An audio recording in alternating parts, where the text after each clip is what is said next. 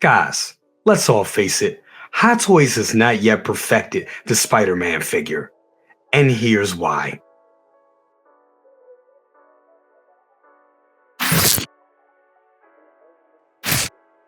What's up, YouTube? It's your boy Jay with Brother Cuz's Toy Reviews, and I'm here with a video today. A video talking about the amazing Spider-Man Hot Toys figures that we all have come known and to love. See what I did there? Amazing Spider-Man.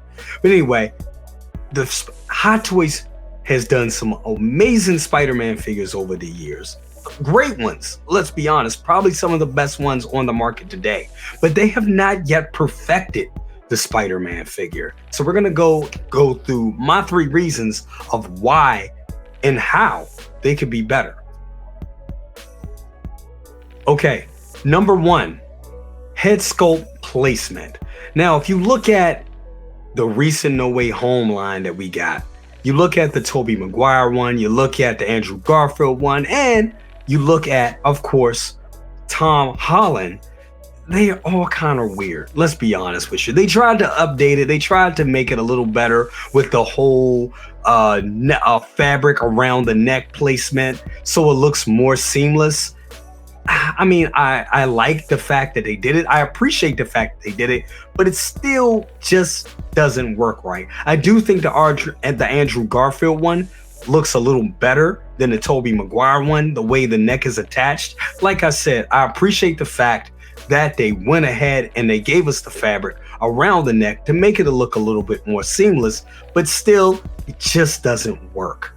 Whereas if you look at the Tom Holland ones, with the neck sock just going right into the head sculpt, just looks weird, it just looks awkward. So I do appreciate and do think they did a better job with the Tobey Maguire and the Andrew Garfield ones, but it still doesn't work. I don't know what it is. Maybe it's something that they could do to get that seam line a little bit more precise where the neck and the head attaches to the body. Maybe they can work that out a little bit better, but it's still a far cry from having it to be perfection and making it look as good as possible. Yeah, I think they're on the right path, but it ain't perfect.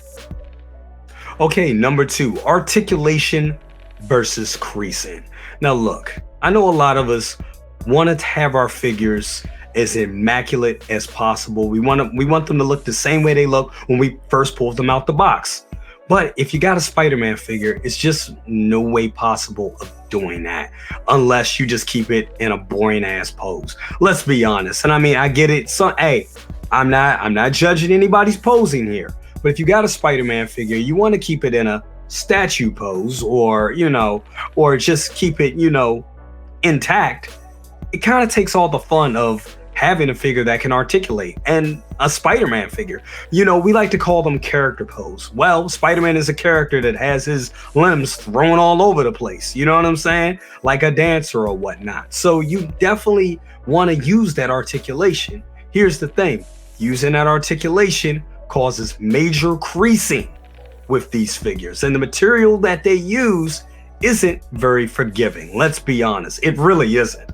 So that's a problem with the figures, man. People want to enjoy their figures and they want to do crazy cool poses. That's one of the selling points of having a Hot Toys figure, the articulation, the real life realism of having a figure that can do these poses. So when you're not able to do that and you're having a figure in just a stale basic ass pose, kind of kills the fun. So that's another hit on the Spider-Man figures. At number 2, articulation versus creasing.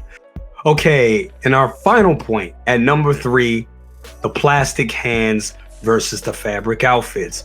The plasticky hands just look weird when they are attached to the outfits themselves, whereas those outfits are the rubber material or the pleather material or the fabric. And then when you have those hands that are just plasticky, sometimes the plastic from the paint doesn't really match the outfit, and it just throws off the whole realism of the figure. So therefore, that's another reason why they're not perfected. Now, I know some people will look at that as me being persnickety, but hey, it's another reason and another point that Hot Toys can perfect. Now, With all three of these issues, I do think Hot Toys, with a little bit of work and a little bit of ingenuity, they actually can fix these areas and make better Spider-Man figures.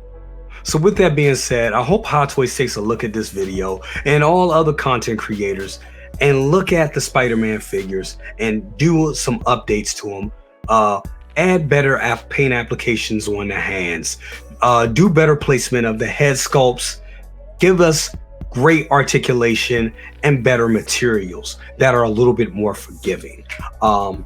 And with that being said, we'll get better figures and they'll probably charge us more money for those. And guess what? We'll gladly pay it because that's how it is. We're all suckers, right? But anyway, guys, that's been my video for today. Remember to like, share, subscribe, bang that bell for notifications and all that good stuff. I'll see you on the next one. Deuces. And we are out.